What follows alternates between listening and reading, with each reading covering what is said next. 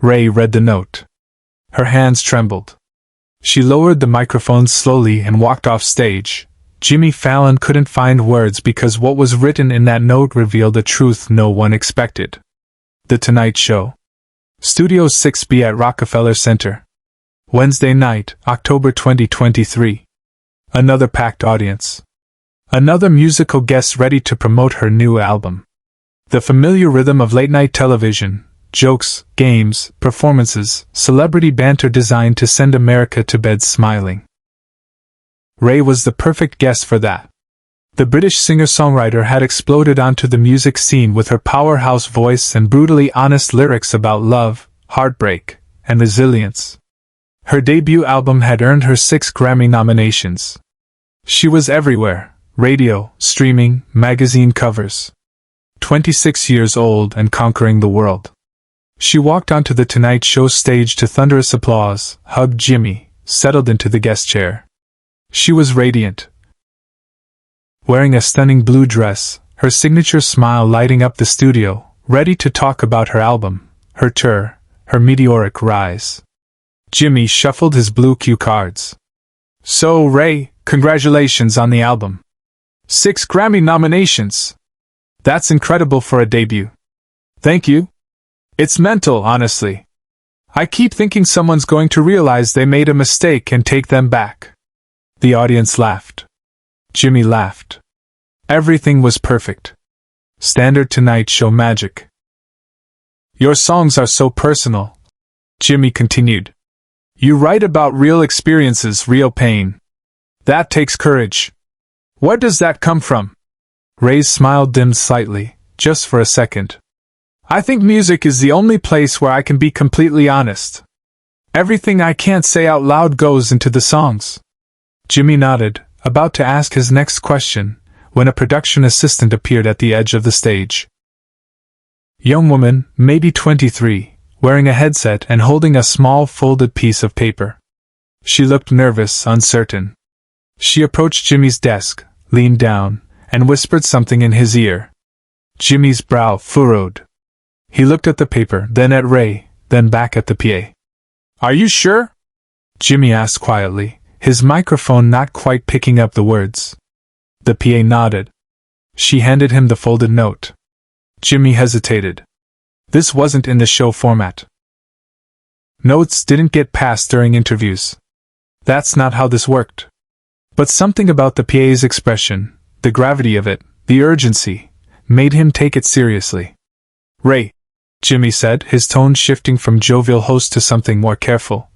Someone just handed me a note. They said it's for you. They said it's important. Raye's smile vanished completely. A note? For me? From who? I don't know. Do you want me to read it or do you want to read it yourself? Raye glanced at the audience, then at the cameras, then back at Jimmy. I'll read it. Jimmy handed her the folded paper. The cameras zoomed in on her face as she opened it. Her eyes scanned the handwriting, just a few lines, nothing lengthy. And then her entire expression collapsed. Jimmy has hosted thousands of guests, but none of them ever read a note during the interview and suddenly left the stage. Raye walked toward backstage with tears in her eyes and the studio fell into complete silence. The note slipped from her fingers, falling to the floor beside the guest chair. Raye stood up abruptly, one hand going to her mouth, the other clutching her stomach like she'd been physically struck. Her eyes filled with tears that spilled over immediately. She turned away from Jimmy, away from the cameras, and started walking. Not running. Just walking with purpose toward the backstage entrance, her shoulders shaking. Jimmy stood up immediately, his host instincts completely overridden by human concern. Raye? Raye, wait. But she didn't stop. She walked through the gap in the curtains and disappeared from view, leaving 300 audience members staring in shocked silence, the roots frozen with their instruments, and Jimmy Fallon standing behind his desk looking more lost than anyone had ever seen him. Questlove put down his drumsticks. The cameras didn't know where to point. The control room was in chaos, producers shouting into headsets, trying to figure out what just happened, whether to cut to commercial, whether to keep rolling. Jimmy looked at the note on the floor. He picked it up carefully, read it, and his face went pale. He looked directly into camera 1. "We need to take a break. Right now. Don't go anywhere. Please." The show cut to commercial. The audience sat in stunned silence, whispering to each other. Jimmy was already moving, following Raye backstage, the notes still in his hand. Jimmy stopped mid-joke. The entire studio froze. To understand what was written in that note, you need to understand what Raye had never told anyone publicly. What she'd hidden behind the powerful voice and the confident stage presence, and the songs about resilience. Raye, born Rachel Agatha Keane in South London, grew up in a musical family. Her father was a session musician. Her mother had sung in gospel choirs. Music was in her blood, in her home, in every memory of childhood. But so was pain. When Raye was 7 years old, her older sister Emma was diagnosed with leukemia. Aggressive, fast-moving, devastating. Emma was 12. She loved music as much as Raye did. They'd spend hours singing together, Emma teaching Raye harmonies, showing her how to find emotion in melody. Emma fought for 3 years. Chemotherapy. Remissions. Relapses. The family's entire life revolved around hospital visits and treatment schedules and hope that kept getting deferred. When Raye was 10 years old, Emma died. She was 15. The family shattered. Raye's parents, already struggling financially from medical bills, divorced 2 years later. Raye threw herself into music with desperate intensity, not as therapy, but as survival. Every song she wrote was a conversation with Emma. Every performance was a promise to the sister who never got to fulfill her own musical dreams. But Raye never spoke about Emma publicly. Never mentioned her in interviews. The pain was too raw, too private. Her songs hinted at loss, at grief, at someone missing, but she never explained who. Until tonight. Until someone decided she needed to know something. Something that couldn't wait. Something that demanded to be said right now, on live television, in front of millions. The note had been written by a woman named Sarah Mitchell. She was sitting in the studio audience, 4th row, seat 12. She was 48 years old, a nurse from New Jersey. She'd won her Tonight Show tickets through a radio contest and had been excited to see Raye perform. But when Raye walked onto that stage, when the camera panned across her face and close-up on the studio monitors, Sarah had gasped audibly. The woman next to her had asked if she was okay. Sarah couldn't answer. She was staring at Raye's face like she was seeing a ghost. Because 16 years ago, Sarah Mitchell had been the night shift nurse in the pediatric oncology ward at St. Thomas Hospital in London. And she had been Emma Keane's nurse during the final weeks of her life. Sarah had never forgotten Emma. You don't forget the kids you lose. Every nurse in pediatric oncology carries those faces, those names. Emma had been special. Funny, brave, obsessed with music, always singing even when the chemo made her so weak she could barely sit up. And Emma had talked constantly about her little sister. Rachel's going to be famous someday. Emma had told Sarah multiple times during those last weeks. She's got the voice. She's got the heart. Promise me you'll remember her name. Rachel Keane. She's going to make it. Sarah had promised. She'd even written the name in her journal. The private journal where she recorded memories of the kids she'd cared for, the ones who didn't make it, so they wouldn't be forgotten. And now, 16 years later, Rachel Keane, Raye, was sitting on the Tonight Show stage, and Sarah realized that Emma's little sister had kept that promise. She'd made it. She was famous. She was conquering the world just like Emma had predicted. Sarah didn't plan to do anything. She was just going to watch, to feel quietly proud, to remember Emma and feel grateful that at least one part of that tragic story had a happy ending. But then Jimmy asked Raye about where her courage came from. And Raye said music was the only place she could be completely honest. And Sarah thought, she's still hiding. She's still carrying that pain alone. So Sarah made a decision. She scribbled a note on the only paper she had, the back of her Tonight Show ticket. She flagged down a production assistant during a commercial break and said, "This is important. Please give this to Raye. She needs to see it." The PA had been skeptical. "You can't just pass notes to guests. That's not protocol." But something about Sarah's intensity, about the urgency in her voice, made the PA take the note to the stage manager, who took it to Jimmy's producer, who made the split-second decision to let Jimmy decide. And that's how a folded piece of paper ended up in Raye's hands in the middle of a live interview. The note said, "Raye, I was Emma's nurse at St. Thomas in 2007. I was with her at the end. She made me promise to remember your name. She said you'd be famous. She was right. She'd be so proud. I'm in the audience, row 4, seat 12. I needed you to know she never stopped believing in you.